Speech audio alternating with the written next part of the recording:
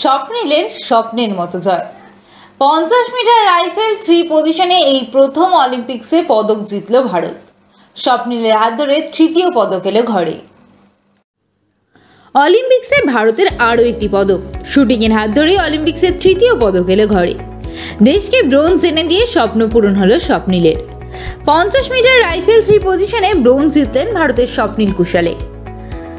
শেষ মুহূর্ত পর্যন্ত নিজের স্নায়ু ধরে রেখে দেশকে পদক এনে দিলেন তিনি। 50 মিটার রাইফেল 3 পজিশনে এই প্রথম অলিম্পিক্সে পদক জিতল ভারত।